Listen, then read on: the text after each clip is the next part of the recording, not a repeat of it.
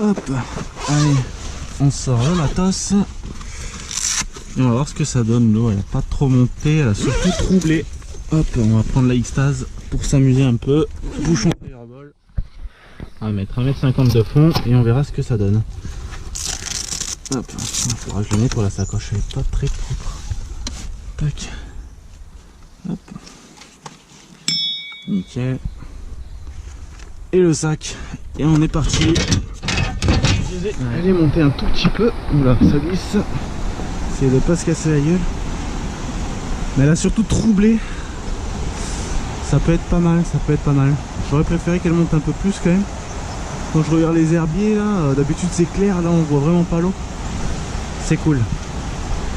On va voir ce que ça donne. De toute façon, si ça marche pas ici, on fera une autre pensière. Plus haut, l'eau était claire. Je suis descendu parce que je savais qu'il y a quelques affluents, petits ruisseaux qui se jettent et donc ils font troubler l'eau. C'est galère ici. Et on verra donc bien si ça donne ou pas. Bon, je monte la canne et on met le bas de ligne. Qu'est-ce qu'il me fait là? Voilà. J'ai déjà pêché avec, il s'est un peu resserré déjà. Hop. Voilà. Hop, voilà, tac. Un fireball, un triple statique en 4-0 et un joli carassin. Et avec un peu de chance, on s'en sort bien. Allez. Ah voilà. C'est pas trop mal ça, il va le planter par là.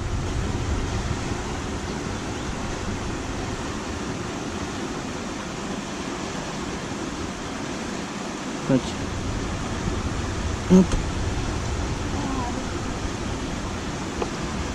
Tac. Là c'est parfait.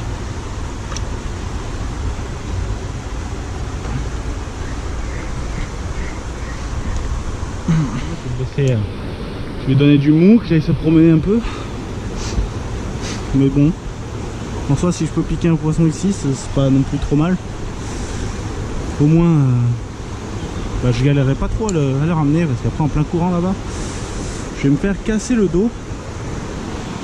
Mais voilà, l'eau a juste troublé, ça peut être pas mal, on va voir.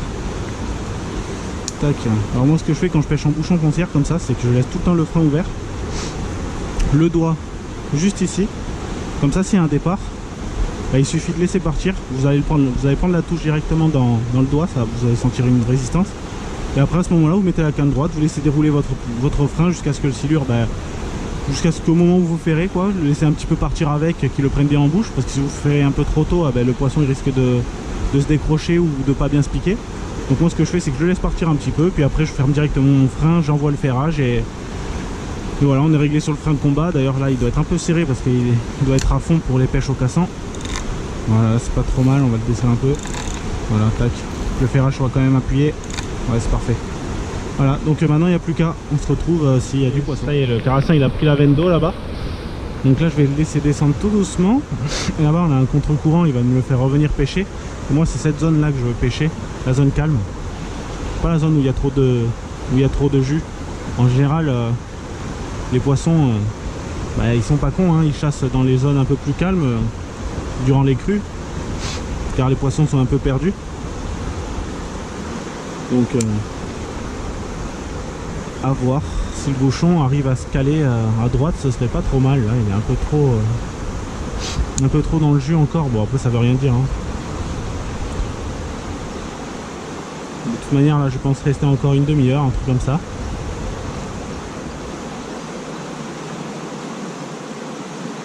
Et ensuite je changerai d'endroit si ça donne rien. De toute manière j'ai qu'un vif, c'est une session rapide, hein.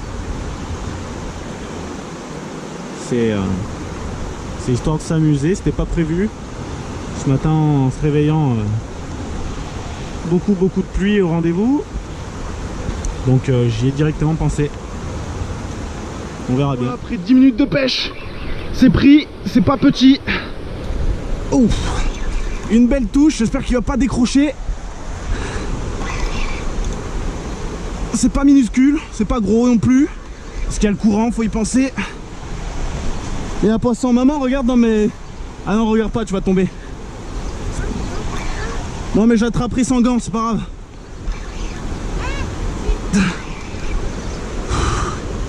Il est lourd quand même, hein. Mais je pense pas que ce soit gros. Non, je le vois, c'est un bébé.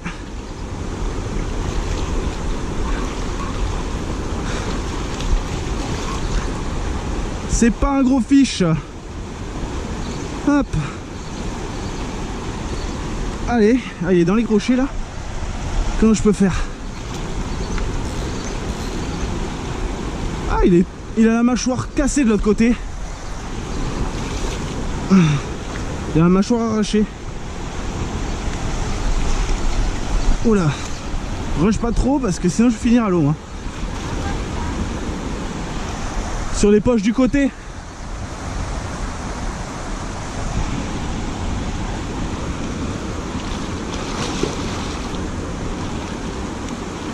Bon, il m'a l'air bien piqué quand même. Il a la mâchoire cassée. Hop, allez, là il arrive bien. Si j'arrive à l'attraper, hop, allez. Ah oui, mais c'est quoi cette mâchoire?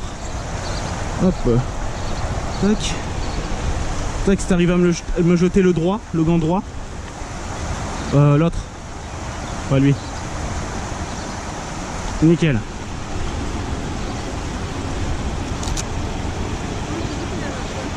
Je sais pas. Allez, viens ici. C'est fini pour toi, j'ai gagné. Hop, le triple, ça fait peur quand même là. Comment je vais pouvoir t'attraper pour pas me piquer le triple? Hop. Ah, il a la mâchoire déformée. Bon, allez, on va le sortir de l'eau. Je vais surtout lui enlever le triple d'ici parce que si ça se plante dans ses branchies, c'est pas top pour lui. Voilà, tac. Allez.